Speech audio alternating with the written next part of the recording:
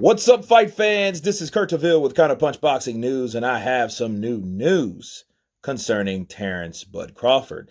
Terence Bud Crawford had this to say to the Ring magazine, the Ring magazine, that he admits that Errol Spence Jr. Superfight may never happen. Wow. Terence Crawford believes it is a possibility that him and Errol Spence may never share a ring. The undefeated welterweight title holder made the comments Wednesday during a Zoom chat before his defense about Kell Brook.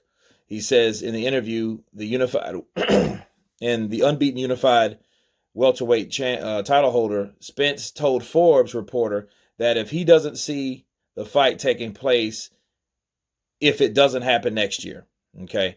Crawford was asked if the fight would go by the wayside. He said it might. He said, however, as he stated in the past, Crawford doesn't believe he needs to fight Spence for his legacy. Crawford said this. He says, I've accomplished so much in the sport of boxing that I don't really need him, said Crawford, who has won titles in 3 weight classes, including undisputed junior welterweight championship. While Crawford acknowledges that he would ultimately need to fight Spence to become an undisputed champion in 2 weight classes, he insists that his legacy would not be the one that takes a hit. He said, if the fight don't happen, I don't feel like it would hurt my legacy. It just hurts the legacy of the welterweight division. Okay. It's no secret that Crawford, 36-0 with 27 knockouts, has been looking for major fights, and he has also pondered yet another move north. And let's see. All right. So, anyway, we'll stop there. I'm not going to sit there and read that whole thing. My thoughts on that, I think he's absolutely right based on what Errol Spence said, based on how he feels. And Terence Crawford has already said that. This is his 3rd weight class. How many weight classes has Errol Spence been in? Errol Spence needs to do the most he can possibly be because this is the only weight class he's been in, okay, as far as a professional.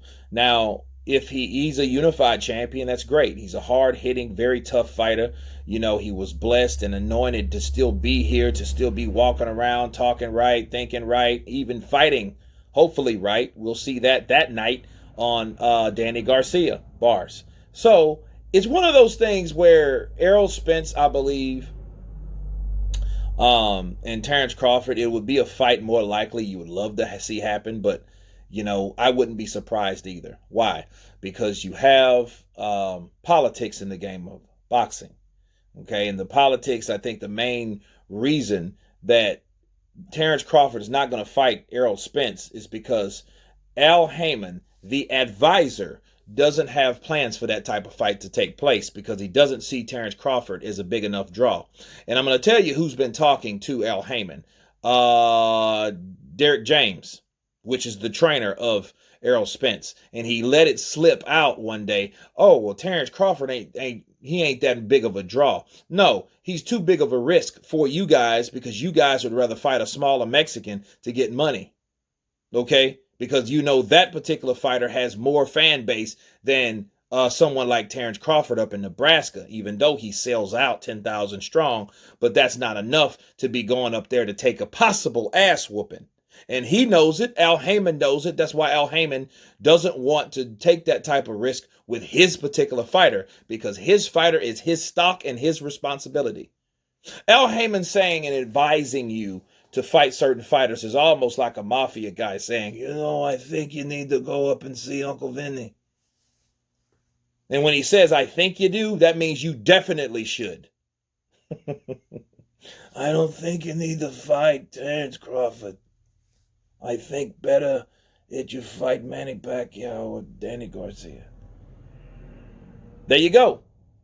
And I think it's one of those situations where he's not going to let his fighters do certain things that doesn't make business sense. And fighting Terence Crawford doesn't make business sense, especially when you can get your ass whooped for it.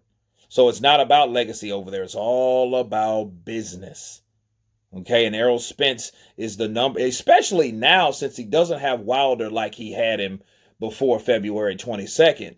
He has to have some guy that he can be the front runner of that particular promotional get up outfit, right? So that's what we have. And then see the way Terence Crawford's talking too, it's like, dude, I've done enough in my career as a whole to be worried about one fight. So that tells you that he's not going to want to put as much energy that he's been putting into it, due to the fact that he's seen how bullshitty they are up there at 147. And most of the 147-pound top fighters are PBC fighters. Go figure.